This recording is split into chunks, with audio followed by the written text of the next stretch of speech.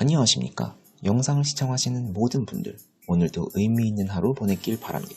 오늘의 주제는 그랜드 체이스입니다. 그 중에서도 천사들의 떡밥을 풀어볼 예정인데요. 정령계와 마계의 이야기가 어느 정도 마무리가 되었고 앞으로 남은 스토리는 청계와 관련된 이야기 중심으로 풀어나갈 것으로 예상되는데요. 청계의 스토리를 풀려면 당연히 유피테르와 그를 추종하는 천사들의 떡밥이 필수적으로 풀릴 것입니다. 그런데 말입니다. 이놈의 천사라는 애들이 왜 이렇게 하나같이 자제력 없고 오만하고 폭력적이고 수단과 방법을 가리지 않는 건지 얘네 정말 천사 맞냐? 이번 추측에서 풀어볼 떡밥은 첫째, 에델이 가지게 된 본인의 사명, 둘째, 그분의 얼마 남지 않은 시간, 그리고 셋째, 에너지 실린더입니다. 그럼 첫째, 에델이 가지게 된 본인의 사명에 관해서입니다. 에르나스를 지키는 게 사명이라고 하는 말이를 막아서는 에델. 그렇다면 에델의 사명은 그 반대인 에르나스를 멸망시키는 걸까요? 그건 아니라고 봅니다. 멸망을 위해 가니메데를 따라갔다면 갑자기 가니메데한테 에르나스를 이렇게 방치해서는 안 된다고 말하지 않겠죠. 이후 가니메데의 대답을 들어보면 대외적 명분은 자신이 모시는 유피테르가 태어나고 자란 땅이니 소중히 하겠다고 하지만 한편으론 그런 사실 자체가 존재하면 안 되니 없애버릴 속마음을 가지고 있는 걸로 보이는데 마치 에르나스는 사실 어떻게 돼도 상관은 없는 것처럼 들립니다. 즉 에델이 깨닫게 된 자신의 사명은 에르나스의 존폐 자체와는 관계가 없어 보입니다. 그렇다면 새로운 사회를 창조한다는 사명은 어떨까요? 신족의 역할은 낡고 어지러워진 세상을 마족이 파괴하면 다시 새로운 사회를 창조하는 역할이죠. 지금의 에르나스는 이미 충분히 낡고 어지러워졌습니다. 바르디나르에 의한 코오나트 대폭발, 델카네에 의한 포메르탑 소환 및 판데모니엄 창조, 그리고 그 여파로 인한 보이드 출현, 충분히 파괴되고 새로운 세상으로 탈바꿈할 단계가 되긴 했죠. 여기서 여러분은 의문이 드실 수 있습니다. 아니 한낱 인간인 에델이 갑자기 무슨 세상을 창조하니 마니를 따지는 사명을 가지냐? 아시는 분은 아시겠지만 그의 쌍둥이 오라버니 아델은 신족인 유피테르였다는 것은 사실상 확정이고 따라서 유피테르는 필요시 새로운 사회를 창조할 의무가 있겠죠. 다만 지난 영상에서 제가 말했듯이 에델과 아델이 쌍둥이로 환생한 건 천사들도 예상치 못한 일이었고 아델이 불치병에 걸려 아파하던 건 쌍둥이로 태어나면서 본래 갖고 태어났어야 할 신족의 힘이 에델에게 분산되었기 때문일 거라고 생각합니다. 그렇다면 이를 해결하기 위해선 어떻게 해야 할까요? 흔한 만화적 수순대로라면 에델에게 분산된 신족의 힘을 받아야 할 것입니다. 그렇죠.